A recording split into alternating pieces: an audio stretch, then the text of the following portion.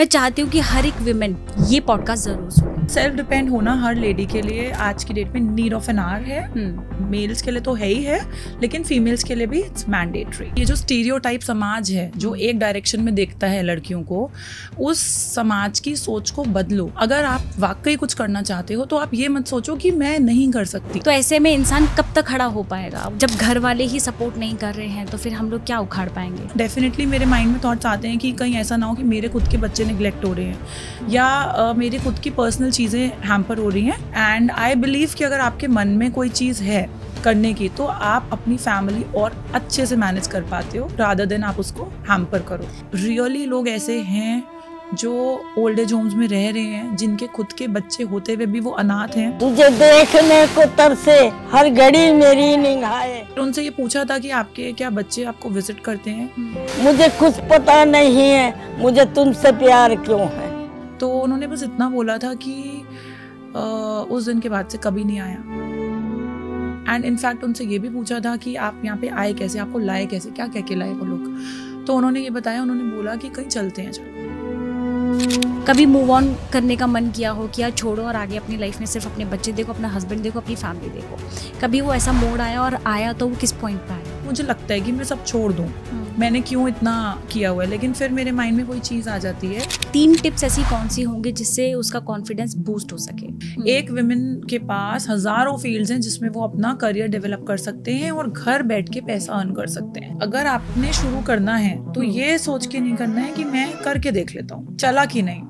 अगर आपने ये सोचा है, करने में क्या जा रहा है, ये थॉट्स नहीं आने चाहिए आपके माइंड में। अच्छा,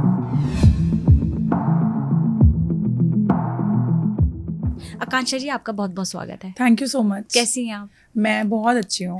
मैं आपके कर्तव्य फाउंडेशन के बारे में पढ़ रही थी, तो मुझे ऐसा लग रहा था कि ये मेरी ऑडियंस को पता होना चाहिए। मैं अपने पॉडकास्ट में बहुत अलग अलग टॉपिक्स पे डिस्कस करती हूँ, मैनिफेस्टेशन पे भी बात करती हूँ, हीलिंग्स पे बात करती हूँ।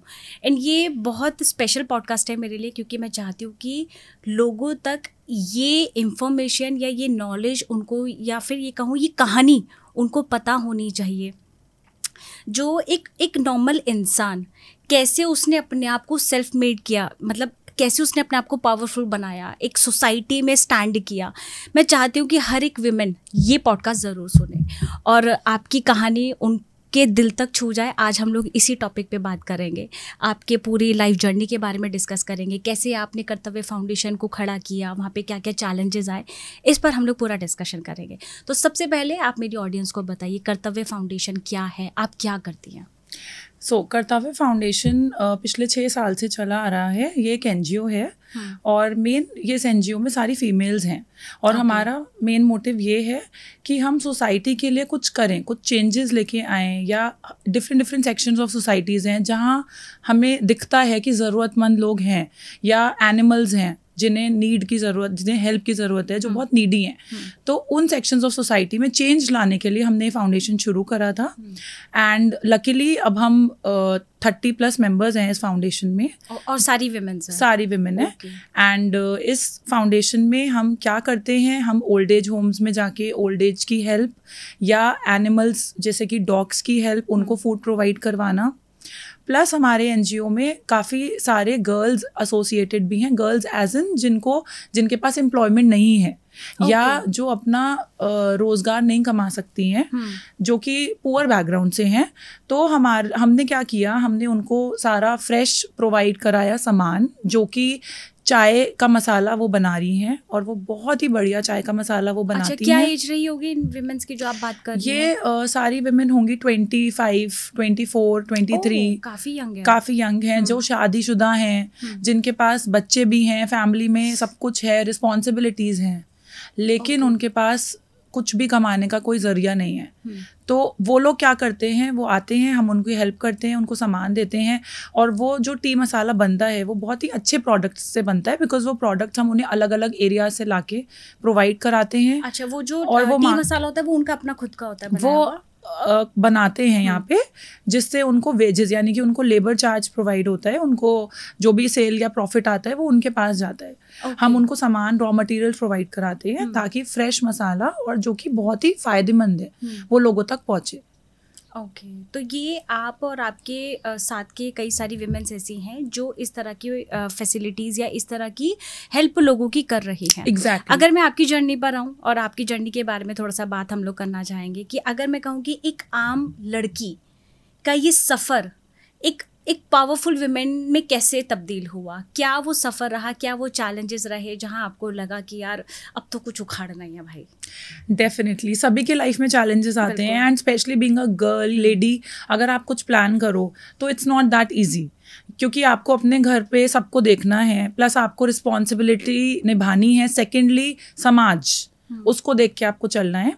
सो मैं ये बोलूँगी कि जब मैं छोटी थी तो मैंने अपनी फैमिली में अपने फादर को, अपनी मदर को देखा कि उन्होंने समाज के लिए काफ़ी कुछ करते हैं, मेरे पापा मम्मी, जैसे मंदिर में काफ़ी चीज़ें एसोसिएटेड है मेरे फादर, मेरी फैमिली, एंड वहाँ पे एक मंदिर है हमारे सिटी में। बरेली से हैं राइट? हाँ, मैं बरेली से हूँ, एंड वहाँ पे क्या होता है कि लंगर प्रोवाइड कराया जाता है लोगों को। तो जब मैं उन्हें देखती हूँ कि वो फुल फेथ के साथ, डेडिकेशन के साथ, मैंने देखा कि उन्होंने चीज़ें करी, हम भाई बहन उसी इन्वायरमेंट में हमारी अपब्रिंगिंग हुई है जहाँ पे बहुत ज़्यादा हेल्प वाला इन्वायरमेंट रहा है मेरे घर में। तो शुरू से मुझे था, और फिर मैंने अपनी मदर को भी देखा है कि एक छोटी चीज़ अगर किसी को चाहिए तो वो 10 गुना बढ़ा के उस जने को जाके देती थी। ये माँ लोग सारी होती ही ऐसी हैं, बिल्कुल, ये तो है। आई थिंक ये फेमिनिन नेचर होता है या क्या है, तो वो वार्मथ के साथ हमने वो चीज़ें देखी। तो जब मैं बड़ी हुई एंड मेरी मैरिज हुई, luckily I am married in a family जिन्होंने मुझे इस चीज़ को सपोर्ट किया, एंड मेरे हस्बैंड को मैं क्रेडिट दूंगी कि उन्होंने मैंने कुछ बोला, उन्हें एक लाइन बताई कि मेरा मन है कुछ करने का सोसाइटी के लिए।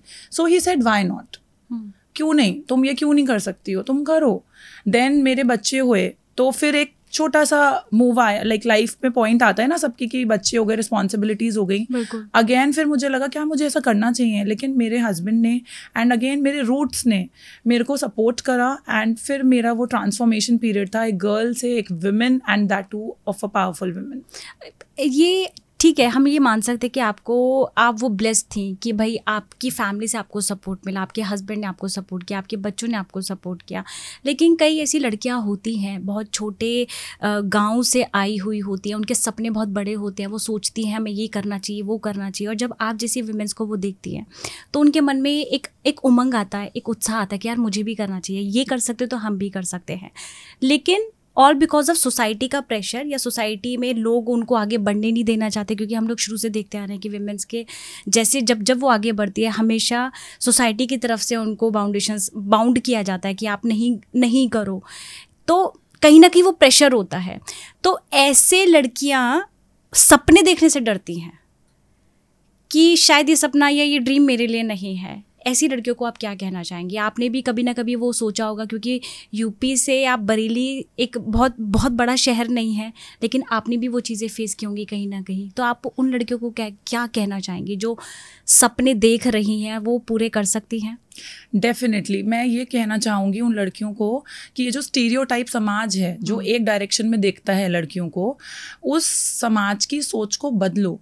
अगर आप वाकई कुछ करना चाहते हो तो आप ये मत सोचो कि मैं नहीं कर सकती। अगर आपने ठान लिया है और आपको वो चीज़ करनी है, आपके अंदर लगन है, आप पैशनेट हो उस चीज़ को करने के लिए, तो आप अपने आप को रोको मत। आपको जो चीज़ चाहिए आप सेल्फ मोटिवेट होके आप उन चीज़ों का यूज़ करो जो आपके अंदर हिडन पोटेंशियल्स हैं, उसको पहले तो आप बाहर लेके आओ। पहले तो मैं ये कहूँगी कि आपके अंदर क्या चीज़ आप करना चाहते हो और उसके लिए आपके खुद में टैलेंट क्या है, उस टैलेंट को निकालो। प्लस आपको जो भी रिसोर्सेज चाहिए, अपनी फैमिली को आप काउंसिल कर सकते हो, उन्हें ये बताओ कि इस चीज़ का पोस्ट इफेक्ट ये होगा या आफ्टर इफेक्ट ये होगा या उस चीज़ का ये रिजल्ट निकल के आएगा। जब आप अपने फैमिली मेम्बर्स को काउंसिल कर लोगे, आप खुद में भी डिटरमाइंड हो, तो आपको कोई नहीं रोक सकता। अगर आपके हौसले मजबूत हैं तो आपको उड़ान भरने से कोई नहीं रोक सकता। ये तो खैर हम लोग भी मानते हैं, लेकिन वही वाली चीज़ हो जाती है ना आकांक्षा जी की, मतलब सोसाइटी हो, क्योंकि आपको सपोर्ट मिल गया, उनको सपोर्ट नहीं मिलता है, तो ऐसे में इंसान कब तक खड़ा हो पाएगा? वो अपने लोगों के सामने खड़ा नहीं हो पाता कि भाई जब घर वाले ही सपोर्ट नहीं कर रहे हैं तो फिर हम लोग क्या उखाड़ पाएंगे। तो ऐसे में बहुत सारे मन में बहुत सवाल आते हैं ऐसी लड़कियों के, या मैं जो यंगस्टर्स हैं वो निकलना चाहते हैं, लेकिन और बिकॉज ऑफ किसी ना किसी रीज़न से वो नहीं निकल पाते हैं, राइट? आप मोटिवेशनल स्पीकर भी हैं, आप NGO चलाती हैं, एक सोशल एक्टिविस्ट भी हैं, और आप कई कॉर्पोरेट सेमिनार्स भी करती हैं जहां आप पर्सनैलिटी डेवलपमेंट का कोर्स भी कराती हैं, लोगों को गाइड करती हैं। तो थोड़ा हम लोग इस पर डिस्कशन कर लेते हैं, इन तीनों को कैसे मैनेज करते हो, as a housewife, as a mother, ठीक है? वहीं बात करें आपके प्रोफेशन की, आप पर्सनैलिटी डेवलपमेंट ट्रेनर भी हैं, इसके साथ ही आप NGO भी, सोशल एक्टिविस्ट भी हैं, तो ये तीनों चीज़ें कैसे मैनेज करते हो यार? Well, it's a very good question जो मेरे से लोग यूजुअली पूछते रहते हैं कि मैं कैसे मैनेज करती हूँ। तो मैं यही बोलूँगी, it's about your brain, it's about your mind.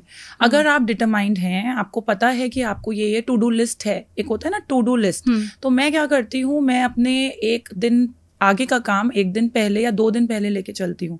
Suppose मुझे ये करना है इन द कमिंग वीक, सो मेरे वीक का चीज़ प्लान्ड होती हैं कि मुझे यहाँ क्लासेस करनी है, या मुझे प्रोजेक्ट्स करने हैं अपने NGO के, या मुझे मीटिंग्स ऑर्गेनाइज करनी है। तो अगर आप भी ऑर्गेनाइज्ड हो, इन केस आप अपने आप को कुछ भी करना चाहते हो, तो आपको कोई नहीं रोक सकता, बशर्ता आप ऑर्गेनाइज्ड हो। इन केस आपने चीज़ें माइंड में सेट करके रखी हैं, तो आप सब कुछ कर सकते हो। मैं भी ऐसे ही करती हूँ कि मैं अपने डेज प्लान कर लेती हूँ, अपने कैलेंडर्स मेरे फिक्स्ड होते हैं, एंड कहीं मुझे डेफिनेटली सोशलाइजिंग करना पड़ता है, तो अगर मेरे लिए वो सोशलाइजिंग करना बहुत मैंडेटरी है तो मैं करती हूँ। नहीं तो मेरे काम के स्टेक पे अगर कोई ऐसी चीज़ निकल के आ जाती है जो इतनी इंपॉर्टेंट नहीं है, या मैं उसको बाद में कर सकती हूँ, तो डेफिनेटली मैं अपनी प्रायोरिटी सेट करके चलती हूँ। क्योंकि आप एक मदर भी हैं, तो कभी आपको ऐसा नहीं लगा कि यार बच्चों को मैं नेग्लेक्ट कर रही हूँ, या उनकी अपब्रिंगिंग में कहीं शायद आगे कभी दिक्कत ना हो, कहीं लोग आपको ये ना कहें कि आप ठीक है आप दुनिया को सुधारने चले हैं, लेकिन आपने कभी अपने बच्चों पे ध्यान दिया? इस तरह की भी कभी आप लोग आपको सुनने को मिलता होगा। वो चीज़ कैसे मैनेज करते हो, और कितनी हद तक आपको ये चीज़ें सुनने को मिलती है? एग्जैक्टली। वेल, इनिशियली ये चैलेंजेस बहुत आए थे। जब मैंने कुछ भी अपने काम शुरू करे, मैंने अपना NGO स्टार्ट करा, या मैं अपनी ट्रेनिंग सेंटर तो मेरा बिफोर मैरिज से चल रहा है, तो उस चीज़ में खैर मेरे को इतनी प्रॉब्लम नहीं आई, क्योंकि मैं अपना काम करती भी आई थी आफ्टर मैरिज। लेकिन हाँ, इस चीज़ के चैलेंजेस आपको सोसाइटी के लोगों से सुनने को मिल जाते हैं, यू नो। तो मैंने उसको ऐसे मैनेज करा। डेफिनेटली मेरे माइंड में थॉट्स आते हैं कि कहीं ऐसा ना हो कि मेरे खुद के बच्चे निगलेक्ट हो रहे हैं, या मेरी खुद की पर्सनल चीज़ें हैम्पर हो रही हैं। तो उन चीज़ों को मैंने कभी आने नहीं दिया अपनी लाइफ में। मैंने अपनी मीटिंग्स घर से करी, मैंने अपनी क्लासेस घर में करी हुई हैं। मेरे रेजिडेंस में एक सेपरेट एरिया है जहाँ पे स्टूडेंट्स आते हैं, क्लासेस लेते हैं। मीटिंग्स के एरियाज़ मेरे प्रीमाइसेस में ही नीचे हैं। सो मैंने चीज़ें ऐसे बैलेंस करी हुई हैं कि कभी भी मेरे बच्चों को ज़रूरत हो, मैं उनके साथ ही होती हूँ। So I am just there with them, and I believe कि अगर आपके मन में कोई चीज़ है करने की, तो आप अपनी फैमिली और अच्छे से मैनेज कर पाते हो, रादर देन आप उसको हैम्पर करो। कभी मन में रिग्रेट इस बात का नहीं हुआ कि आज बच्चे बीमार हैं, ठीक है, और मैं बाहर हूँ, क्योंकि मेरा पहले से ही प्री प्लान है कि मुझे यहाँ इस इवेंट में जाना है, और आपको लगे कि हाँ भाई बच्चों को भी मेरी ज़रूरत है, तब आप क्या करती हो?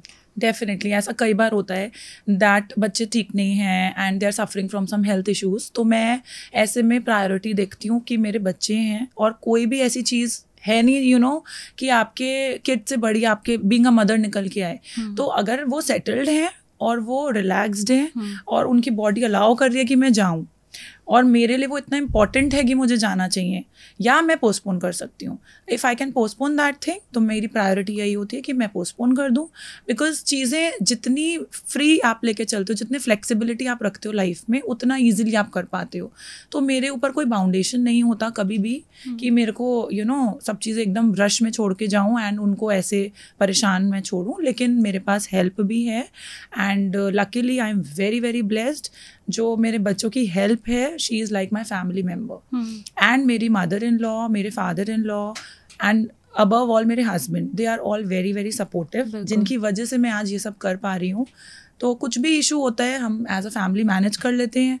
एंड सेकेंड थिंग, तो बाय गॉड्स ग्रेस सबसे इम्पॉर्टेंट मैं भगवान को रखूँगी ऊपर, कि कभी कोई ऐसी चीज़ आती भी है तो मुझे पता ही नहीं चलता वो कैसे सॉल्व हो जाती है। वो कुछ ऐसा मैजिक कर देते हैं कि मेरा हर काम हो जाता है। ये भी कहीं ना कहीं बिलीव पे काम करता है ना, कि अगर आप ऐसा बिलीव करते हो कि हाँ भाई मेरे साथ वो है, सब चीज़ें बहुत आसानी से हो जाएंगी, तभी फिर चीज़ें पॉसिबल हो पाती है। एक्चुअली हाँ। क्योंकि जो ऊपर वाली पावर है वो सबसे इम्पॉर्टेंट है, और वो पावर ही हमें चला रही है। तो जब उस पावर का इंडिकेशन होता है ना कि अब यहाँ जाना है, तो हम तभी जा सकते हैं। तो मैं उस पावर में बिलीव करती हूँ, और वो हमेशा मुझे सपोर्ट करती है। करेक्ट। आप एनजीओ चलाती हैं, राइट? बहुत सारे ऐसे लोगों से मिलती होंगी जो अलग अलग तबके के लोग हैं, उनकी स्टोरीज भी सुनती होंगी, उनकी कहानियाँ सुनती होंगी। तो कौन सी ऐसी स्टोरी है जिसने आपके दिल को टच किया, जिसको लगा सुन के कि लाइफ में मतलब ये भी पॉसिबल होता है, ये भी ऐसे भी लोग करते हैं, ये भी कहानी हो सकती है? वो हार्ट टचिंग स्टोरी कौन सी है आपकी? मेरे को ये क्वेश्चन सुन के आपका वो दिन याद आ गया। हम लोग एज एन एनजीओ टीम हम गए थे एक ओल्ड एज होम में, हमारी सिटी में ही है, बरेली में ही। ओके। एंड उस ओल्ड एज होम में हम नॉर्मल लोगों से हम उन न्यू ईयर सेलिब्रेट करने गए थे। हम केक्स लेके गए थे, सामान लेके गए थे कि हम उन्हें हैप्पी फील कराएं। उनका उनके पास बच्चे नहीं हैं या उनका फैमिली नहीं है, तो उनको एक वार्मथ प्रोवाइड करें। तो जब हम वहाँ गए तो हमने देखा कि कई तरीके के लोग थे। तो हमने जब वहाँ पे बात करना स्टार्ट करा तो हमें एक हस्बैंड वाइफ मिले। वो दोनों हस्बैंड वाइफ घर से निकाले गए थे। उनके खुद के बेटे ने या उनके जो भी बच्चे रहे होंगे, उन्होंने उन्हें ये कह के निकाला था कि अब हमें आपके साथ नहीं रहना, जहाँ जाना है जाओ। तो जब वो हमने पेन देखा वहाँ पे, तो उन दो जनों के फेसेस भी मुझे आज भी याद है। एंड इनफैक्ट उसके बाद भी हम उनसे मिले थे, वो अभी भी वहीं हैं।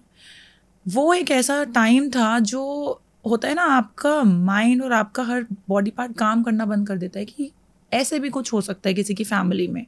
बट रियली लोग ऐसे हैं जो ओल्ड एज होम्स में रह रहे हैं, जिनके खुद के बच्चे होते हुए भी वो अनाथ हैं। उन लोगों के लिए मैं बस यही कहूँगी कि पता नहीं आपकी क्या सिचुएशंस थी कि ये हुआ, बट एज सबकी आनी है। बिल्कुल। So that was the time. फिर हम लोगों ने उनको जो करना था किया, डिस्ट्रीब्यूशंस जो करने थे वहाँ पे हमने एक फिक्स प्रॉपर्टी भी डोनेट करी थी ताकि उनको बेड वगैरह सब अच्छे से मिले। लेकिन वो टाइम और वो मोमेंट आज भी मुझे याद है कि कितनी सफरिंग है दुनिया में। उससे पता चलता है कि लोग क्या क्या सफ़र कर रहे हैं। बिल्कुल। फिर उनसे ये पूछा था कि आपके क्या बच्चे आपको विजिट करते हैं, तो उन्होंने बस इतना बोला था कि उस दिन के बाद से कभी नहीं आया। एंड इनफैक्ट उनसे ये भी पूछा था कि आप यहाँ पे आए कैसे, आपको लाए कैसे, क्या कह के लाए वो लोग। तो उन्होंने ये बताया, उन्होंने बोला कि कहीं चलते हैं, चलो अच्छा कहीं चलते हैं पापा मम्मी, मैं आपको कहीं ले जा रहा हूँ। एंड फिर उन्होंने लाके वहाँ पे छोड़ दिया। मतलब कितना सोच के भी हम लोग अगर सोचे इस बात को लेकर के, तो हम लोग वो सोच के इतना इमोशनल हम लोग फील करते हैं। एंड वो लोग इतनी हिम्मत है उन लोगों के अंदर कि वो अपने पेरेंट्स को ऐसी जगहों पे छोड़ देते हैं कि जहाँ मतलब एक पेरेंट्स की उम्मीद होती है कि भाई उनके बच्चे ही उनका सहारा बनेंगे। Actually right. तो पता नहीं कहाँ से इतनी हिम्मत आती है। एग्जैक्टली। तो वो कैसे वो करते हैं। और अगर आपके बच्चे नहीं हैं, आप वहाँ रह रहे हो, वो एक अलग स्टोरी है। हाँ, दैट्स अ डिफरेंट पार्ट कि ठीक है, बट होने के बाद होना बहुत गलत है, बहुत ज़्यादा गलत है। एंड दैट टू जब सबको उस एज में आना है, पता है, that's the reality of life, that's a hard reality of life. जब आप एनजीओ चलाते हैं तो बहुत सारे लोगों से मिलते हैं डेफिनेटली, तो आपको सबसे बड़ा चैलेंज क्या लगता है? कि कभी कभी ऐसा लगता है आपको फंड्स नहीं हैं, ठीक है, कभी कभी ऐसा लगता है आपको कि वहाँ पॉसिबल नहीं होगा क्योंकि वहाँ की सोसाइटी के लोग आपको सपोर्ट नहीं कर रहे हैं। क्योंकि कई बार ऐसा होता है कि हम लोग जिस सोसाइटी में रह रहे होते हैं, जैसे मान लीजिए मैं डॉग्स को खाना खिलाने गई हूँ, लेकिन वहाँ के लोगों को पसंद नहीं है ट्रू कि भाई आप इनको क्यों खाना खिला रहे हो, फिर ये यहीं पे बच्चे देंगे, फिर वो यहीं पे ही पले बढ़ेंगे, फिर वो सबको काटेंगे। तो और ऐसे ही हम लोग अगर किसी की भी हेल्प करते हैं तो कहीं ना कहीं से हमें प्रेशर आता है कि भाई तुम क्यों कर रहे हो। राइट। तो इस तरह की चीज़ों को आप कैसे मैनेज करते हो? कभी कभी आपके पास फंड भी नहीं होते होंगे, तब आप इसको कैसे करते हो? ट्रू। सो जैसा कि आपने कहा कि लोग रिटेलिएट करते हैं। आप कुछ करने चाहते हो, तो वो डॉग्स वाला सेम एपिसोड हमारे साथ हुआ था। हम किसी लोकेलिटी में थे, उनका कहना ये था कि आप अगर यहाँ डॉग्स को फूड दोगे तो वो और आएंगे, तो आप यहाँ पे मत करो, इनफैक्ट आप कहीं और करो। तो इस टाइप की सिचुएशंस में क्या होता है, मैं बहुत ब्लेस्ड हूँ कि हमारे एनजीओ में मैं लीडिंग रोल हूँ, लेकिन मेरे साथ लीडिंग रोल बहुत है। हमारे टीम है, we have a board member team, जो कि हमने अपने सेक्टर्स डिवाइड करे हुए हैं। तो जो एनिमल इंचार्ज हैं वो इन चीज़ों को बहुत अच्छे से कोप अप करते हैं। अच्छा, मतलब ओल्ड एज के लिए अलग होंगे? यस, एनिमल्स के लिए अलग। We have sectors. बच्चों के सेक्टर्स अलग हैं, एजुकेशन सेक्टर्स के लोग अलग हैं। तो उससे क्या होता है कि हमारा वर्क डिवाइडेड है। करेक्ट। एंड हम मिल के करते हैं, और उनके सपोर्ट से भले ही मुझे फंड्स इशू हमारे एनजीओ को हुए, लेकिन कभी भी मेरे को इन लोगों के होते हुए कभी फील नहीं हुआ कि हमारे पास किस सेक्टर को आप किस सेक्टर को देखती हैं? मैं ये जो फीमेल सेक्टर है, विमेन सेक्टर को मैं देखती हूँ। इनफैक्ट हमारा सबका सुपरविजन सब में होता है, किसी को किसी की हेल्प की ज़रूरत है तो वो हम सब एक टीम है, लेकिन इन लोगों के, मेरी टीम मेंबर्स के होते हुए एंड हर सपोर्ट उन्होंने मुझे हमारे एनजीओ को प्रोवाइड कराया है। कभी ऐसा लगा नहीं कि कोई डिफ़िकल्टी आई और वो सॉल्व नहीं हुई। हाँ, रुकावटें आती हैं, लोग रिटेलिएट करते हैं, चीज़ें होती हैं, लेकिन वो अपने आप रिजॉल्व होती चली जाती हैं। कभी द बेस्ट पार्ट। कभी आपको ऐसा लगा कि ऐसा टाइम आया कि मतलब बस हो गया, क्योंकि आप इतनी सारी चीज़ों को मैनेज कर रहे हो ना, एक टाइम तो कभी कभी ऐसा जब फ्रस्ट्रेशन निकलती है कि भाई कितना भी कुछ भी कर लो फिर भी लोग सेटिस्फाइड नहीं हो पाते हैं, कितना भी सोसाइटी को दे लो फिर भी प्रॉब्लम्स आती ही आती हैं। कभी तो ऐसा लगता है कि यार कभी मूव ऑन करने का मन किया हो कि यार छोड़ो और आगे अपनी लाइफ में सिर्फ अपने बच्चे देखो, अपना हस्बैंड देखो, अपनी फैमिली देखो। कभी वो ऐसा मोड आया, और आया तो वो किस पॉइंट पर आया? एग्जैक्टली सो ऐसा मोड आया था, आता तो है, थोड़े से टाइम के लिए आता है। वो तब आता है जब आप मैनेज नहीं कर पाते। आपका एक स्केड्यूल है, आपको अपने हस्बैंड के साथ कहीं जाना है, अब पूरे महीने ही is busy, you are busy, your kids are busy with school and other stuff, आप नहीं जा पाते। अब जाना है, आप अपने वर्क में बिजी हो, लेकिन कुछ ऐसी प्रायोरिटी आ गई कि आपको वो छोड़ के उनको मना करना पड़ा, तो वो चीज़ बहुत हर्ट करती है आपको कि किसी एनजीओ के काम से जाना पड़ा, या मीटिंग है, या अपनी क्लासेस की वजह से या आपको मेरे किसी मीटिंग की वजह से मुझे वो कैंसिल करना पड़ता है। तो मुझे लगता है कि मैं सब छोड़ दूँ, मैंने क्यों इतना किया हुआ है। लेकिन फिर मेरे माइंड में वही चीज़ आ जाती है कि मैं डिटरमाइंड हूँ, मैंने वो किया है, वो फेजेस हैं, ये भी एक फेज़ है। अगर मैंने शुरू करा और मैं यहाँ तक आ गई तो अब मुझे कोई नहीं रोक सकता। ये सब चीज़ें बहुत छोटी हैं, मैं I will go through it and this too shall pass. हो जाएगा वो हो जाएगा वाला चीज़ जब आता है ना, एंड वो जब गॉड का मैजिक वैंड चलता है मेरे ऊपर बिल्कुल, अब वो ऐसी घूमती है छड़ी ना कि सब एकदम पॉसिबल हो जाता है। यस, एंड एक मैं आपको बताऊंगी, शायद और भी लोगों के साथ ऐसा होता होगा। मेरे घर में एक जगह है जो कि मैजिकल प्लेस है, और वो मैजिकल प्लेस मेरा मंदिर है। तो कभी ऐसा होता है कि मैं बहुत डिप्रेस्ड हूँ, चीज़ें वर्कआउट नहीं कर रही हैं, तो मैं वहाँ जाती हूँ और वहाँ जाके बैठ जाती हूँ, कुछ मिनट्स वहाँ बिताती हूँ, और मुझे पता नहीं कि क्या एनर्जी, क्या वाइब मेरे अंदर आती है, या वो क्या करते हैं कि वो चीज़ें अपने आप निकल के, या तो कोई कॉल आ जाएगा कि ऐसा ऐसा हो गया है। अच्छा, actually, and this is reality what I am telling you, कि वो एक ऐसी स्पेस है, ऐसी प्लेस है, आप भगवान जी को याद तो यहाँ बैठ के, कहीं पे बैठ के कर सकते हो, लेकिन एक होता है ना कि आपको उस जगह पे विश्वास है, आप वहाँ जाओ, एक अलग ही वाइब्रेशन क्रिएट होती है, और वो भगवान जी ने मेरे घर पे इस्टेब्लिश किया हुआ है। तो मेरे पास बस ब्लेसिंग्स हैं, मैं यही कह सकती हूँ आपको। आपको क्या लगता है ये कितना इम्पोर्टेंट है भगवान से जुड़े रहना? या क्योंकि बहुत सारे लोग हैं ना बिजी अपनी लाइफ में, आजकल किसी के पास इतना टाइम नहीं है, जब उनके ऊपर बीतती है या जब कोई ऐसी प्रॉब्लम आके खड़ी हो जाती है तब चलते हैं भगवान के सामने। तो आपको ऐसा क्या लगता है कि आप भी ऐसे ही करते हैं कि जब प्रॉब्लम आती है तभी भगवान के पास जाती हैं, या फिर ये है कि निकलने से पहले आप भी भगवान के दर्शन, भगवान से बात करके तभी जाती हैं? और ये कितना इम्पोर्टेंट है हर एक सेक्टर पे? मैं बिल्कुल भी ऐसी नहीं हूँ कि मैं जब ज़रूरत पड़े तब जाऊँ। मैंने एक्चुअली सिर्फ अपने पेरेंट्स को देखा है। मेरी मदर तो पूरा इनग्रॉस रहती हैं पार्ट में, फुल डे। ओके। एंड मेरे फादर को मैंने देखा है कि whenever he starts his day, वो एक जोत जलाते हैं और पूजा करते हैं, और उसके बाद हम वो कुछ खाते हैं, राइट? तो हम इतने स्ट्रिक्ट होके मैं वो फॉलो, मैं बचपन से ये देख रही हूँ अपने घर में। तो मैं अपने बच्चों को भी यही सिखाती हूँ, और मेरे अंदर भी वो चीज़ है कि पहले हम उठते हैं, हाँ, मैं चाय का एक कप ज़रूर लेती हूँ, because without that I think हो नहीं पाएगा, मेरी गाड़ी नहीं चल पाती। लेकिन उसके बाद पहला स्टेप जो मैं करती हूँ, वो चाहे मैं 5 मिनट्स के लिए टाइम स्पेंड करूँ, वो हम जोत जला के और 5 मिनट भगवान जी के आगे ज़रूर बैठते हैं। उसके बाद हमारा पूरा दिन स्टार्ट होता है। ये चीज़ मैं भी करती हूँ, ये मेरे हस्बैंड भी करते हैं, और ये मेरे बच्चे भी करते हैं। स्कूल जाने से पहले उनको 2 मिनट्स 3 मिनट्स एक प्रेयर बोल के ज़रूर जाना है। ऐसे ही हमारी पूरी फैमिली अपना डे स्टार्ट करती है, एंड आई थिंक ये चीज़ें सभी को चला रही हैं। अगर हम अपना डे पहले ही एक अच्छी एनर्जी वाइब्स के साथ स्टार्ट करते हैं तो वो नेचुरली अच्छा जाना ही है फिर। आकाशा जी, जैसे आपने कहा कि आप अपने बच्चों को भी सिखाती हैं कि भाई बच्चे मतलब ये जाने कि भगवान के पास बैठना कितना ज़रूरी है, या जाने से पहले आपको 2 मिनट तो कम से कम भगवान के आगे हाथ जोड़ने हैं। और हम लोग बचपन से देखते आ रहे हैं ना, बच्चे हमेशा जैसी भगवान को देखते हैं तो जय करते हैं, है ना। वो बचपन से उनके अंदर वो संस्कार भर दिए जाते हैं, और पेरेंट्स भी चाहते हैं कि ये भगवान से कहीं ना कहीं कनेक्ट रहे, भले ही वो खुद ना रहें, लेकिन वो चाहते हैं कि हमारे बच्चे कनेक्ट रहे। तो आज आप क्या देखती है कि पेरेंट्स चाहते हैं कि बच्चों के अंदर वो संस्कार रहें, लेकिन जैसे जैसे बच्चे बड़े होते हैं वो कहीं ना कहीं थोड़ा डिस्कनेक्ट हो जाते हैं। तो आपको क्या लगता है, बच्चों की गलतियां हैं या फिर ये कहीं ना कहीं मिस्टेक है पेरेंट्स की कि उन्होंने ध्यान नहीं दिया है? तो आपको क्या लगता है कि आज जो संस्कार इतने चेंज हो चुके हैं, जो बचपन में कहते थे ना कि ये बच्चा बड़ा संस्कारी बनेगा बड़े होकर के, लेकिन अचानक से देखते हैं कि भाई वो तो एकदम ही ऑपोजिट बन चुका है, तो किसकी गलती मानते हैं, पेरेंट्स की या फिर बच्चों की कह सकते हैं? मैं ये बोलूँगी कि पेरेंट्स कोई अपने बच्चे को गलत नहीं सिखाते हैं, लेकिन हाँ ऐसा है कि लोग कई जगह बिजी हैं। बिकॉज अगर दोनों पेरेंट्स वर्किंग हैं या नहीं भी वर्किंग है तो हमारे एसोसिएशंस हैं।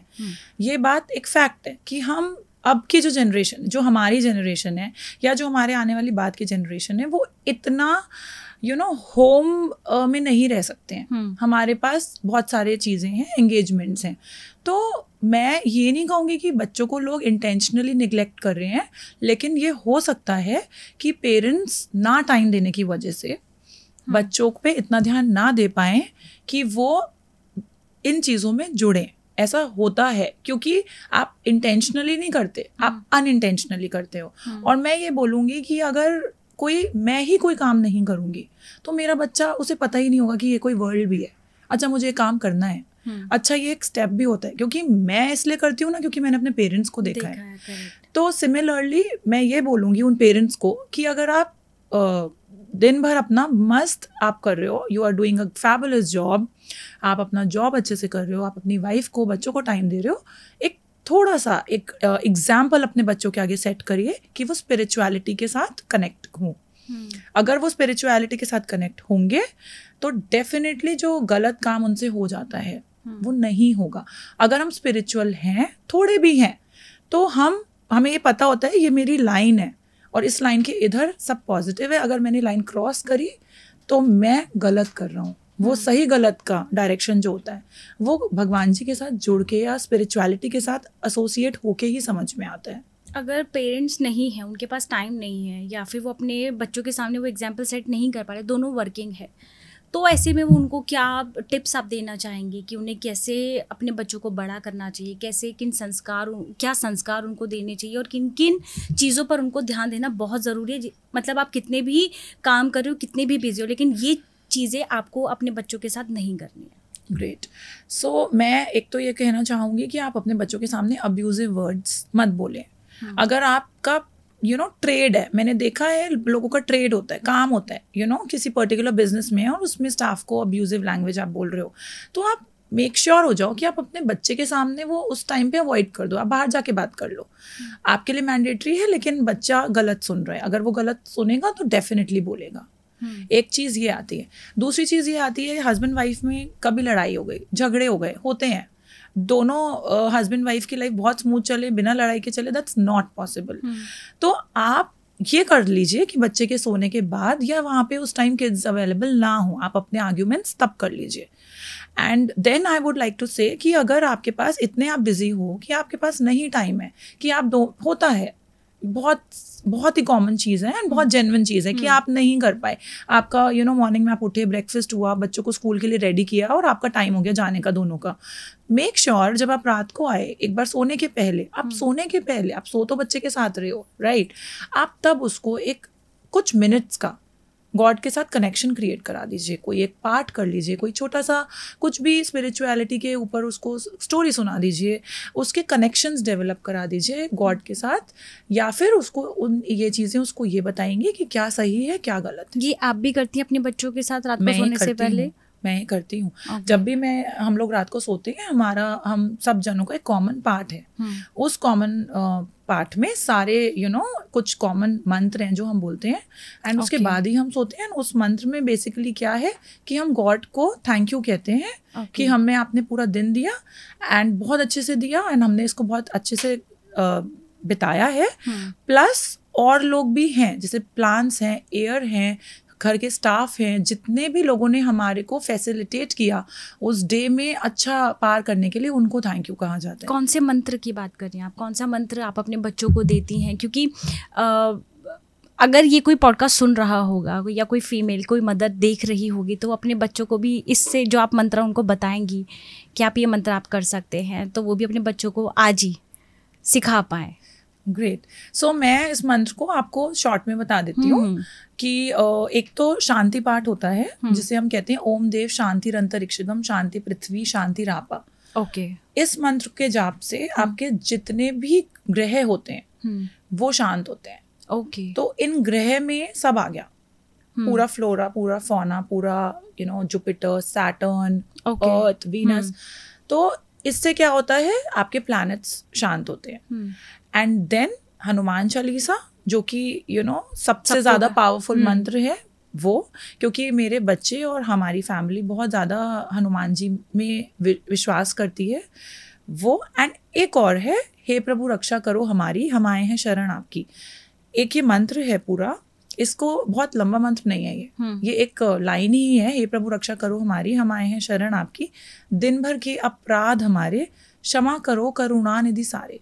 जो पूरे दिन के हमारे क्राइम्स हैं, अपराध हैं, रॉन्ग डीड्स हैं, क्राइम नहीं बोलूँगी मैं, छोटे छोटे बच्चे हैं, हम लोग क्राइम नहीं करते हैं, लेकिन रॉन्ग डीड्स हो जाती हैं हमसे, तो उसको आप फॉरगिव करें। And finally thank you to everything, thank you to every being for being around us, thank you air, water, the staff, जिन्होंने हमारी हेल्प करी और हमारा वो डे अच्छा स्पेंड हुआ। कितना इम्पोर्टेंट है ये सब चीज़ें ना। और फिर जब आप उस ग्रैटिट्यूड के साथ सोते हो और फिर जब अगले दिन आप इतना फ्रेश उठते हो, तो लगता है कि यार लाइफ में कुछ तो किया है। अच्छा है ना, ये चीज़ कनेक्ट होना बहुत ज़रूरी है हमारी लाइफ में। हमें इन्हें अपनी लाइफ में इम्प्लीमेंट बहुत करना ज़रूरी है, क्योंकि अगर हम ये ग्रैटिट्यूड की भावना नहीं रखेंगे, हम अपने छोटों से रिस्पेक्टफुली बात नहीं करेंगे, तो वो कहीं ना मैं समझती हूँ हमारे ग्रहों को डिस्टर्ब करते हैं, राइट। अच्छे काम जो बनने चाहेंगे वो नहीं बनते हैं, राइट। Very true. ये सुना भी है और मैं ऐसा बिलीव भी करती हूँ कि अगर आप अपने आसपास के लोगों से बिहेव ठीक नहीं कर रहे हो और आप कर रहे हो कि आप गाय को खाना खिला दो, आप इतने पूजा पाठ कर रहे हो, तो वो वर्क नहीं करते हैं। बिल्कुल। तो ये चीज़ें लोगों को समझनी भी बहुत ज़रूरी है कि आप सिर्फ एस्ट्रोलॉजी मानते हो, या मैं एस्ट्रोलॉजी में भी नहीं जाऊंगी, आप पूजा पाठ बहुत करो, लेकिन आपको ये नहीं पता कि आपको किसी से बात कैसे करनी है, अपने छोटों से बात कैसे करनी है, अपने छोटों से उनको सिखाना क्या है, यही नहीं पता है, तो फिर आप पूजा पाठ का मैं समझती हूँ कोई वर्क नहीं करेगा, कोई फायदा नहीं करेगा। बिल्कुल, वेरी ट्रू। आकांक्षा, जैसे आप कॉर्पोरेट सेमिनार्स में आप पर्सनालिटी डेवलपमेंट के टेक्निक्स लोगों को सिखाती हैं, कैसे उनको चलना आना चाहिए, कैसे उनको बोलना आना चाहिए, कि कैसे वो अपने आप को एक्सप्रेस कर सकते हैं। बहुत सारे लोगों को ना इसमें इश्यूज आते हैं, वो अंडर कॉन्फिडेंट होते हैं, वो बहुत ज़्यादा इंट्रोवर्ट होते हैं। तो ऐसे लोगों को आप क्या गाइड करना चाहेंगे? कैसे एक यंग प्रोफेशनल के लिए सबसे ज़रूरी चीज़ें क्या होती है इस पर? और वो गलतियाँ क्या करते हैं लोग कि जो उन्हें नहीं करनी चाहिए अगर आप सोसाइटी में हैं तो? ओके, सो मैं उन लोगों को यही बोलूँगी कि आप अंडर कॉन्फिडेंट की वजह ढूंढिए। आप क्यों अंडर कॉन्फिडेंट हो रहे हैं? ऐसी क्या चीज़ है जो और कोई कर पा रहा है, आप नहीं कर पा रहे? ऐसे क्या वजह है कि आप ये सब नहीं कर पा रहे? अगर आपको वो वजह पता है, अब वो रीज़न क्या हो सकता है? स्टेज फियर हो सकता है, लैक ऑफ कॉन्फिडेंस हो सकता है, लैक ऑफ मोटिवेशन हो सकता है, टू मच ऑफ स्ट्रेस हो सकता है। कई लोगों को बहुत ज़्यादा स्ट्रेस, एंग्जाइटी होता है, जिसकी वजह से वो हर चीज़ से डरने लग जाते हैं। सही भी करेंगे तो घबराएंगे कि गलत है, कि पता नहीं सही है या गलत है। सो राइट कॉज निकालना बहुत ज़्यादा ज़रूरी है। राइट रूट पता करना, जड़ को पता करना कि मेरे साथ ये प्रॉब्लम्स आ तो रही हैं, लेकिन रीजंस क्या हैं। अगर मुझे रीज़न पता है, अब क्या होता है, कई बार लोगों के पास इंग्लिश स्पीकिंग का प्रॉब्लम होता है, इंग्लिश स्पीकिंग इश्यूज होते हैं, वो नई इंग्लिश बोल पाते, अब उन्हें पता है मेरी इंग्लिश ठीक नहीं है, लेकिन उनके पास नॉलेज बहुत वाइड है, तो उनकी वो नॉलेज कहीं ना कहीं खराब हो जाती है क्योंकि वो एक्सप्रेस नहीं कर पाए इंग्लिश में, और वहाँ रिक्वायरमेंट थी इंग्लिश फ्लुएंसी की. So this is very important कि वजह क्या है, मैं बोल क्यों नहीं पा रहा हूँ, या मैं क्यों फेमिलियर नहीं हो पा रहा किसी से, या मैं किसी की कंपनी को क्यों एंजॉय नहीं कर पा रहा हूँ. अगर हमें वजह पता चल जाएगी तो हमें राइट डायरेक्शन ढूंढने में टाइम नहीं लगेगा. आप राइट डायरेक्शन की बात करिए, कैसे पता करें कि मैं गलत जा रहा हूँ, कि अब मुझे यहाँ पे अपना मेंटोर लेने की ज़रूरत है या फिर मुझे यहाँ जाने की ज़रूरत है, कैसे वो अपने आप को कैसे आइडेंटिफाई कर पाएंगे? अगर उनका कोई इंटरव्यू फेल हो रहा है, रेगुलर हो रहा है, उन्होंने वो या इंटरव्यू भी एक सेकेंड स्टेप है, अगर वो किसी को फेस ही नहीं कर पा रहे, एग्जाम में डर रहे हैं, या वो किसी भी चीज़ को फेस करने में डर रहे हैं, कोई आप देखोगे छोटे छोटे बच्चे हैं, गेस्ट आते हैं, वो गेस्ट के साथ कंफर्टेबल ही नहीं हो पाते, वो गेस्ट कोई गेस्ट नहीं, उनके रिलेटिव्स ही हैं. तो हमें ये बहुत टाइमली अपने बच्चों में करेक्ट करना पड़ेगा कि हमारा बच्चा क्यों फैमिलियर नहीं हो रहा, क्या वो इंट्रोवर्ट है या कोई प्रॉब्लम है. अगर वो इंट्रोवर्ट है तो उसे राइट मेंटोर की, कोचिंग की, गाइडेंस की ज़रूरत है. तो मतलब आप अगर गाइडेंस की बात कर रही हैं आप, तो मतलब इंट्रोवर्ट से उसे एक्सट्रोवर्ट बनाना चाहिए, ऐसा? आई वुड से कि इंट्रोवर्ट से वो एकदम एक्सट्रोवर्ट नहीं बनेगा, बिकॉज वो उसका बचपन से उसके जीन्स में है. कई बार हमारे जीन्स में होता है वो इंट्रोवर्ट नेचर, हमने वो अडेप्ट किया होता है अपने पेरेंट्स से या और ऊपर की जनरेशन से, सो दैट्स ओके. लेकिन this can be properly cured. This is not a thing जो क्योर ना हो पाए या जो ठीक ना हो पाए. तो अगर कोई बच्चा इंट्रोवर्ट है तो आप उसको ट्रेनिंग दो, आप उसके साथ टाइम स्पेंड करो, उसके फ्रेंड्स बनाने की कोशिश करो. हम छोटे छोटे स्टेप से स्टार्ट कर सकते हैं. उसको जो चीज़ अच्छी लग रही है, पहली चीज़ तो आप उसको उस चीज़ में उसके पैशन में, उसकी हॉबीज में डालिए, ताकि वो वहाँ खुश रहेगा, तभी तो वो और 4 लोगों के बीच में रह पाएगा. तो हमें हेल्दी इन्वायरमेंट देने की बहुत ज़रूरत है. एंड मेरे पास आते हैं ऐसे स्टूडेंट्स जो अब छोटे भी नहीं हैं, वो बड़े हैं, रिजर्व्ड हैं, कहीं जाते हैं नहीं बोल पाते हैं, बिल्कुल फियर ऑफ स्पीकिंग है, प्रेशर है माइंड में कि इंटरव्यू भी क्रैक नहीं हो पा रहा और बोल भी नहीं पा रहे, कैसे सॉल्व करें इसको.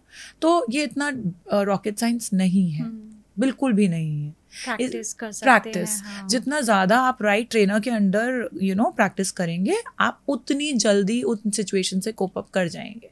एंड कुछ भी इम्पॉसिबल नहीं है, एवरीथिंग इज पॉसिबल. आप इसमें मेजर चीज़ें क्या देखती हैं, मतलब कि जितनी भी आपके पास कोई यूथ आता है, ठीक है, आप सबसे ज़्यादा मेजर चीज़ें उसमें क्या देखती हैं कि इनमें मोस्टली लोगों की ये प्रॉब्लम है, चाहे वो इंग्लिश स्पीकिंग हो, ठीक है, अंडर कॉन्फिडेंट हो, या फिर इंट्रोवर्ट हो, या फिर कुछ भी चीज़ें, आप क्या देखती है कि सबसे ज़्यादा मेजर मिसिंग क्या होता है उनके अंदर? मेजर मिसिंग की अगर आप बात कर रहे हैं तो वो कॉन्फिडेंस होता है. सबसे ज़्यादा लोगों के अंदर कॉन्फिडेंस की कमी होती है कि मैं वो चीज़ कर भी पाऊँगा कि नहीं.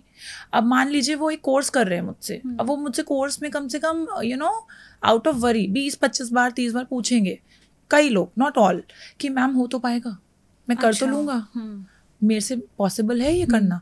और मैं ये उन लोगों की कमी नहीं बोलूँगी, ये कोई भी इंसान है उसको वो चीज़ नहीं आती तो उसके माइंड में 100 तरीके के थॉट्स आते हैं.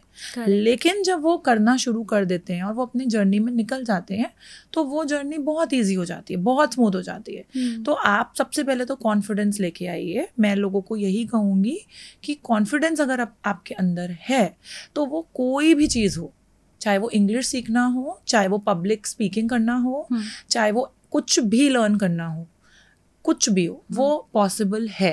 आकांक्षा जी, जैसे आपने कहा कि कॉन्फिडेंस लेकर आइए, वो कहाँ से कॉन्फिडेंस लेकर आएगा? अगर मैं आपसे टिप्स पे बात करूँ, 3 टिप्स ऐसी कौन सी होंगी जिससे उसका कॉन्फिडेंस बूस्ट हो सके? कॉन्फिडेंस बूस्ट करने की बहुत सारी चीज़ें हैं. जैसे सबसे पहला तरीका ये है कि आप अपनी फैमिली में ही किसी के भी साथ टाइम ज़्यादा से ज़्यादा स्पेंड करिए. अपने कोई टॉपिक्स हैं तो आप अपने पेरेंट्स को कह सकते हो, या आप अपने फ्रेंड्स को कह सकते हो. अगर आप एडल्ट हो, आप अपने फैमिली के साथ नहीं रह रहे हो, बाहर रह रहे हो, so you can ask your friends कि मैं भाई इस टॉपिक पे बोल रहा हूँ, आप 2 मिनट के लिए मेरा टॉपिक सुन लो. क्योंकि जब आप अपने इंटरनली कंफर्टेबल एनवायरनमेंट के साथ स्टार्ट करते हो तो वो चीज़ें जल्दी पेस पे होती हैं. सेकेंड टिप कॉन्फिडेंस इंक्रीज करने के लिए आई वुड से कि आप सेल्फ प्रैक्टिस करो. मिरर के सामने आप प्रैक्टिस करो. आप कहीं पे भी हो, आप मिरर लो, आप जाओ, आप थोड़ा सा प्राइवेट टाइम निकालो अपने लिए, एक टॉपिक ले लो छोटा सा, गॉड, फैमिली, हाउस, ट्रीज, छोटे छोटे टॉपिक्स हैं हमारे आसपास है, हमारे लिए बड़ा इजी है इन पे बोलना। उन टॉपिक्स पे बोलना शुरू कर दो। जब आप उन टॉपिक्स पे बोलोगे आपको पता चलेगा मुझे इसकी हिंदी नहीं आ रही, या हिंदी आ रही है इंग्लिश नहीं आ रही है। हिंदी पे तो मैं बोल पा रहा हूँ बट इंग्लिश में मैं नहीं बोल पा रहा हूँ। अब आप क्या करो, जो आप गलत हो रहे हो या आपको डाउट है वो लिख लो। एंड थर्ड टिप मैं ये बोलूँगी कि जो भी आपके पास डाउट्स क्रिएट होते हैं माइंड में, we have applications, we have training centers, आप जाओ ट्रेनिंग लो। सेल्फ कॉन्फिडेंस कैसे बूस्ट करेंगे, वो आपको एक प्रोफेशनल बहुत अच्छे क्लासेस प्रोवाइड करेंगे आपके नीड के अकॉर्डिंग, आपकी रिक्वायरमेंट के अकॉर्डिंग। मे बी 10 क्लासेस में आपका काम हो जाए, मे बी 5 क्लासेस में आपको आप इतने भी सेल्फ कॉन्फिडेंस मिसिंग ना हो आपकी लाइफ में जो आप सोच रहे हो। और मे बी 1 मंथ लग जाए, 2 मंथ्स लग जाए, 3 मंथ्स लग जाए, तो जो आपका प्रोफेशनल एक्सपर्ट गाइडेंस देंगे आप उनको ज्वाइन कर सकते हो। और अगर आप जाके टाइम स्पेंड नहीं कर सकते, आप एंगेज्ड हो, आप ऑनलाइन क्लासेस ले सकते हो। ठीक है, अभी इसी पे हम लोग दूसरे पॉइंट पे आते हैं। अगर किसी को स्टेज फियर है तो वो कैसे उस फियर को हटा सकता है? ओके, सो स्टेज फियर जो होता है वो हमारे माइंड में होता है। हमारे माइंड में ये सारी लैक ऑफ कॉन्फिडेंस और स्टेज फियर और ये सारे इश्यूज होते हैं। आप क्या कर सकते हो, आप सबसे पहले एक रूम में एक ऑडियंस इमेजिन करके बोलो। जब आप बोलोगे अपने सामने, मेरे सामने लोग बैठे हैं और मैं बोल रहा हूँ, तो आप ये माइंड को अपने ट्रेन कर रहे हो कि मैं लोगों के सामने बोल रहा हूँ। देन जब आपने खुद से बोल दिया लोगों को इमेजिन करके, आप लोग लेके आइए। लोग लाने का मतलब फैमिली बिठा ली अपनी, ग्रैंड पेरेंट्स खा लिए घूम रहे हैं, ग्रैंड पेरेंट्स को बिठा लिया, मैं आप दादी दादू सुनो, I will just speak. Friends बुला लिए अपने कि मैं आज कुछ बोलने वाला हूँ इस टॉपिक पे, please support me. When you ask for the help, everybody helps you out. Find out those people who can help you out. They are the real gems of your life. आप उनके सामने बोलो। And next step, आप एक छोटा सा audience create कर सकते हो जहाँ पे आपको बोलने का मौका मिलेगा। और जब आप बोलोगे तो आप बहुत ही अच्छा बोलोगे, बिकॉज आपने प्रैक्टिस कर ली होगी। ये तो हमने चलिए मान लिया कि आपको अगर अपना कॉन्फिडेंस बूस्ट करना है, उसकी टिप्स पे बात हो गई है, स्टेज फेयर की बात हो गई है। कुछ ऐसी जैसे आप NGO चलाती हैं, कुछ ऐसी विमेंस होती हैं जिनके पास ऑप्शंस बहुत कम होते हैं बाहर निकलने के या फिर कुछ काम करने के, ठीक है। तो क्योंकि आप तो इस फील्ड में काफ़ी टाइम से हैं, आपने कई विमेंस को एम्प्लॉयमेंट भी दी है। मैं आपसे चाहूँगी कि आप हमारी ऑडियंस को बताइए, अगर कोई विमेन अगर इस एपिसोड को देख रही है तो उसको एकदम ये लगे कि हाँ यार मैं ये ऑप्शन भी देख सकती हूँ, तो वो कौन से ऐसे ऑप्शंस होते हैं? क्योंकि लड़कियों के पास ऑप्शंस नहीं होते, उन्हें पता ही नहीं होता कि सोसाइटी में या क्या चल रहा है, क्या ट्रेंड है, क्या नहीं है, कैसे हम लोग अप्रोच कर सकते हैं, कैसे नहीं कर सकते हैं। बट आप बेस्ट बता पाएंगी। तो क्या ऑप्शंस रहते हैं कि अगर वो क्या अपने अर्न करने के लिए वो क्या क्या ऑप्शंस को चूज़ कर सकती हैं? True, so it's a very good question. और मैं ये बोलूँगी कि बहुत फील्ड है। एक विमेन के पास हज़ारों फील्ड्स हैं जिसमें वो अपना करियर डेवलप कर सकते हैं और घर बैठ के पैसा अर्न कर सकते हैं। Number 1, e-commerce. आप अपना ऑनलाइन बिजनेस कर सकते हो। आपने छोटे छोटे स्टॉक्स, आजकल वेंडर्स अवेलेबल होते हैं ऑनलाइन, आपने होम मेड प्रोडक्ट्स का ऑनलाइन बिजनेस स्टार्ट कर दिया, या आपने प्रोडक्ट मार्केट से लिया और मार्केट में ही सेल कर दिया। छोटी छोटी चीज़ें हैं जो होम एसेंशियल्स हैं, आप उनको ऑनलाइन स्टार्ट कर सकते हो अगर आपका इंटरेस्ट है तो। Second thing is home bakery. अगर आप एक कुक हो और आपका बेकरी में इंटरेस्ट है तो आप अपनी एक होम बेकरी स्टार्ट कर सकते हो। आप होम बेकरी में केक्स, पेस्ट्रीज के साथ साथ बिस्किट्स हैं, there are so many things जो आप कर सकते हो। अपार्ट फ्रॉम दैट फूड में ही इतने ऑप्शंस हैं। करेक्ट। होम किचन आप रन कर सकते हो। होम किचन में आप देखो, आपके पास बनाने, अगर आपको कुकिंग आती है तो आप क्या कर सकते हो, आप डिफरेंट आइटम्स छोटे से स्टार्ट कर सकते हो। आपने छोटे छोटे स्नैक्स कुछ चीज़ें रखी और आपने उनको स्विगी, जोमेटो, ऑनलाइन प्लेटफॉर्म्स पे डाल दिया एंड अच्छा सा नाम दिया अपने बिजनेस को और क्वालिटी मेंटेन करी। आई एम श्योर वो बिजनेस आपका अच्छा चल जाएगा। इनिशियली आपको थोड़ा टाइम लगेगा लेकिन इट विल ग्रो।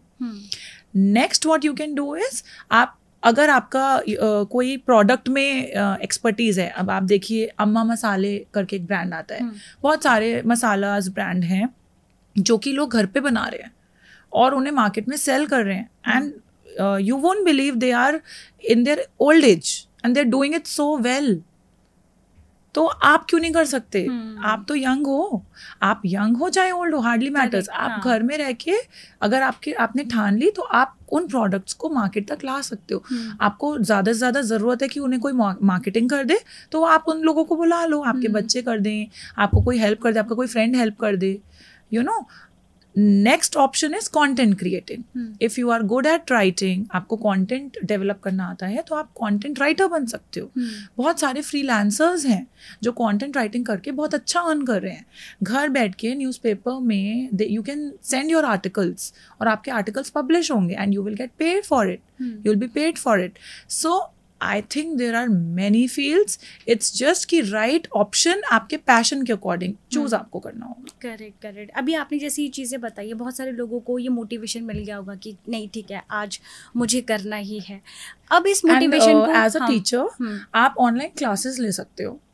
आप अगर छोटी क्लासेस के टीचर बनना चाहते हो, देयर आर मेनी एप्लीकेशंस जिनको चाहिए कि 5th 6th क्लास की ऑनलाइन ट्रेनिंग दे दे, या 7th 8th क्लास की दे दें, या इंग्लिश पढ़ा दें, या मैथ्स पढ़ा दें।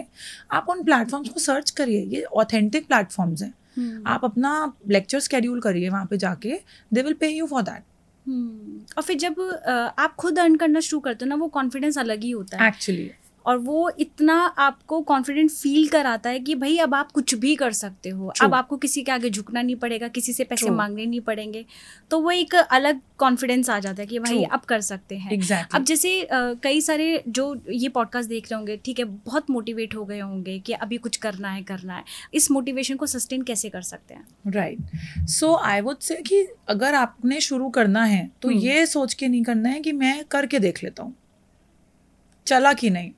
अगर आपने ये सोचा है करने में क्या जा रहा है, ये थॉट्स नहीं आने चाहिए आपके माइंड में। अच्छा, आपके माइंड में ये आना चाहिए कि मुझे करना है और अब करूँगी, लेकिन रुकूंगी नहीं, तब करना। पहले तो आप अपने ब्रेन को फीड कर लो कि आप छोटे टाइम के लिए नहीं कर रहे हो, करके नहीं देख रहे हो, आपको इंटरेस्ट है, पैशन है, आप करना चाहते हो, हुनर भी है, सब कुछ है, रिसोर्सेज भी हैं, और मैं करूँगी। तो आप देखो मिरेकल, आप देखो कि आप करोगे भी, सारी प्रॉब्लम्स भी सॉल्व होती चली जाएंगी, और आपको कोई रोक भी नहीं पाएगा। आप सबसे ज़्यादा बिलीव किस चीज़ पर करते हैं? अगर मैं बात करूँ लक की, डेस्टिनी की, हार्डवर्क की, या फिर माइंडसेट की? मैं चारों पे बिलीव करती हूँ, लेकिन अगर मैं बोलूँ कि क्या चीज़ इम्पोर्टेंट भी सभी है, क्योंकि ये सब इंटरकनेक्टेड हैं। हाँ। Luck, mindset and hard work, you know, hard work luck से आता है, स्मार्ट वर्क भी ज़रूरी है यहाँ पे। सो आई वुड से माइंडसेट अगर अच्छा होगा हमारा, तो हमारी ये सारी चीज़ें अलाइन चलेंगी। लक भी सपोर्ट करेगा, मेहनत तो हम करेंगे ही, माइंडसेट होगा हमारा अच्छा तो, एंड तीनों चीज़ों को इंक्लिनेशन बना रहेगा लाइफ में। माइंडसेट बहुत ज़रूरी है। आई थिंक अगर आपका माइंडसेट सही है, तो आप हार्डवर्क भी कर पाओगे। एग्जैक्टली। ठीक है, और हार्डवर्क से फिर आपका लक भी अच्छा साथ देने लगता है। आई थिंक नेचुरली अगर हम सोचें कि हमने करना ज़्यादा ना पड़े हमें, लेकिन लक तो लोगों का भी चलता है, लक हमारा भी चल जाएगा, तो हमारा माइंडसेट ही गलत हो गया ना। बहुत सारे लोग ना इस पॉडकास्ट को देख करके ये भी सोच रहे होंगे, यार कौन इतनी मेहनत करे, या ठीक है ना अभी जैसे चल रहा है वैसे ही चलने देते हैं। तो ऐसे लोगों को आप क्या कहना चाहेंगे? क्योंकि वो बहुत टाइम तक ना, सबके दिमाग में ना एक चीज़ है, यार शॉर्टकट बताओ। इतना टाइम आजकल किसी के पास नहीं कि इतना हार्ड वर्क करें। राइट। तो ऐसे लोगों को आप क्या कहना चाहेंगे? ऐसे लोगों को मैं यही कहूँगी कि आप एक तो छोटा सा ब्रेक लो, और आप ये सोचो कि आप सेटिस्फाइड हो। अगर आप एक पर्टिकुलर आप कुछ आउटपुट लेके जा रहे हो घर पे रात को, या महीने में आपने ये आउटपुट निकाला अपने काम से, आप खुश हो, आपका बढ़िया चल रहा है, सब बढ़िया है। लेकिन अगर आपके माइंड में वो चिंगारी है, एक वो डाउट घूम रहा है कि कुछ और होना चाहिए, तो आप वहीं रुक जाओ, और आप ये सोचो कि जो फिलिंग गैप है लाइफ में, उसको मैं फिल कैसे करूं, मैं कैसे अपने काम को यहाँ से वहाँ लेके जाऊं, या मैं कैसे क्या ऐसा करूं कि मेरा काम और प्रोग्रेस करे, और बढ़े, और चीज़ें ऐड करें, और ग्रोथ हो, क्योंकि वहाँ पोटेंशियल है। और अगर आपने सोचा हुआ है कि पोटेंशियल ही नहीं है, और ठीक है, आपसे ऐसा नहीं है कि हर किसी के काम में पोटेंशियल है, हो सकता है आपने बहुत फैमिली बिजनेस आपका बढ़िया है, जॉब आपकी बढ़िया है, यू आर हाईली सेटिस्फाइड, तो it's good, keep doing that. I would never say कि आप अपने आप को पूरा एग्जॉस्ट करो और चीज़ें करो। नो, आप अगर अगेन खुद के माइंडसेट पे डिपेंड करता है. आप हाँ. सेटिस्फाइड हो, वेल एंड गुड. अगर आपको लगता है कि एक स्पेस है जिसे मैं फिल कर सकता हूँ तो आप ज़रूर करिएगा. तो आकांक्षा जी, मैं चाहूँगी कि आप हमारी ऑडियंस को कि मैसेज ज़रूर दें. विमेन की बात करो या फिर जो यंगस्टर्स हैं, और क्योंकि आप पेरेंटिंग पे भी बहुत बात करती हैं, पेरेंट्स के लिए भी क्या मैसेज आप देना चाहेंगे? वेल, विमेन के लिए मैं ये मैसेज देना चाहूँगी कि आप जो कर रहे हो बहुत अच्छा कर रहे हो, लेकिन थोड़ा समय अपने लिए ज़रूर निकालना. एंड सेल्फ डिपेंड होना हर लेडी के लिए आज की डेट में नीड ऑफ एन आवर है. मेल्स के लिए तो है ही है, लेकिन फीमेल्स के लिए भी इट्स मैंडेटरी. तो आप सेल्फ डिपेंड होने के हर वो तरीके अडॉप्ट करो, देखो, जिससे आप सेल्फ डिपेंड हो पाओ. एंड अगर हम बात करें पेरेंट्स की, तो मैं ये बोलना चाहूँगी कि आप अच्छे से पेरेंटिंग कर रहे होगे, दैट्स ग्रेट, क्योंकि हर पेरेंट अच्छा करता है अपने बच्चों के लिए. लेकिन आप थोड़ा सा टाइम निकाल के बच्चों की बारीकियां जरूर नोटिस करना. बहुत कहीं ऐसा तो नहीं है कि आपका बच्चा किसी वजह से परेशान है, कोई ऐसा कॉर्नर उसके माइंड में है कि आपके पास टाइम की कमी से वो बच्चा सफ़र कर रहा है, या वो आपको नहीं बता पा रहा. क्योंकि इन छोटी छोटी चीज़ों से बड़े केसेस आ सकते हैं आगे जाके. अगर आपने अभी निग्लेक्ट कर दिया तो आगे आपको प्रॉब्लम हो सकती है. और तब कुछ बड़ा ना हो, इससे बेटर है थोड़ा सा टाइम डेली बेसिस पे आप अपने बच्चों से इंटरेक्ट ज़रूर करें. और सिर्फ ये फ़र्ज़ विमेन फीमेल मदर का नहीं है, ये इक्वल फ़र्ज़ फादर्स का भी है कि आप भी अपने बच्चे को कंफर्टेबल फील कराएं, ताकि उसको ये लगे कि हाँ, मेरे पापा मेरे साथ हैं. मम्मा तो मेरे साथ है ही हैं, लेकिन पापा का भी होना बहुत ज़रूरी है. एंड थर्ड सेगमेंट आपने मेरे को बताया youngsters. So youngsters के लिए I would say that you have the golden period of life. आपके लाइफ का गोल्डन पीरियड चल रहा है ये. क्यों गोल्डन पीरियड है? क्योंकि अभी आपको लगता होगा बड़े हो जाएं, पैसा आ जाए, सक्सेसफुल हो जाएं, तब जिम्मेदारियां और बढ़ेंगी. तो इस टाइम को enjoy भी करो और ऐसे भी टाइम स्पेंड करो कि वो प्रोडक्टिव हो, आपको आपके एम तक लेके जाए. ऐसा ना हो 7 साल 8 साल बीत गए और पता चला आपने कुछ किया ही नहीं. और जो कि हम दोस्त यारों में आपने मिस्टेक की है. एग्जैक्टली. फ्रेंड्स तब तक अच्छे हैं जब तक आपके पास जेब में पैसा है. ये बहुत ही फैक्ट बात है. अगर आप रिच हो, यू हैव गुड पॉकेट्स, आपके पास फ्रेंड्स आज हैं, वो आगे भी रहेंगे. मैं ये नहीं कह रही कि फ्रेंड्स गलत हैं. फ्रेंड्स अच्छे भी हैं आपके, बहुत अच्छी बात है, फ्रेंड्स अच्छे होते हैं, लेकिन उन फ्रेंड्स के साथ रह के भी आपको अपने एम को नहीं भूलना है. अगर आपके पास आपका लक्ष्य है, एम है, नो मैटर आप किसी के भी साथ रहो, आप अच्छा ही कर पाओगे. लेकिन आपके पास एम ही नहीं है और आप कुछ भी कर रहे हो, टाइम वेस्ट कर रहे हो, वो गलत है. क्योंकि ये टाइम गया, it will never come back. बहुत मज़ा आया आपसे बात करके. एंड जो आपने टिप्स पे बात की है, आई थिंक ये लोगों के लिए बहुत हेल्पफुल होगा. और कहीं ना कहीं जो हम लोग गलती आज कर रहे हैं, इस पॉडकास्ट के थ्रू या इस पॉडकास्ट से उनको ये चीज़ समझ में आएगी कि अब ये गलती मुझे नहीं करनी है. हम लोगों ने विमेंस पे भी बात की है कि वो कैसे अर्न कर सकती हैं उनके. हमने कई ऐसे ऑप्शंस पे भी बात की है, यंगस्टर्स के लिए भी बात की है, क्योंकि आप बहुत सारे सेमिनार्स जब आप कराती हैं तो उसमें बहुत सारे लोगों की जो प्रॉब्लम्स है उनको सॉर्ट भी करती हैं. डेफिनेटली उनके माइंडसेट पे भी आप काम करती हैं. सिर्फ इस पर बात नहीं करते कि आप ये करो, उनके माइंडसेट को कैसे चेंज करना है आप बहुत अच्छे तरीके से जानते हैं. मैं समझती हूँ इस पॉडकास्ट को देखने के बाद उनका माइंडसेट ज़रूर चेंज हो जाएगा. And thank you so much for coming. आपने अपना कीमती समय निकाला, वैल्यूएबल टाइम निकाला और इतनी प्यारी नॉलेज हमारे दर्शकों के साथ शेयर की, उसके लिए thank you so much. Thank you so much Aanchal ji. And you are working very well and I am really proud of you कि आपने भी इतने एफर्ट्स करके मुझे यहाँ पे बुलाया और मुझे भी चांस मिला यहाँ पे आने का, सो दैट मेरी वॉइस इतने सारे लोगों तक पहुँच पा रही है. And I am really happy by the work you are doing. Thank you so much. Thank you.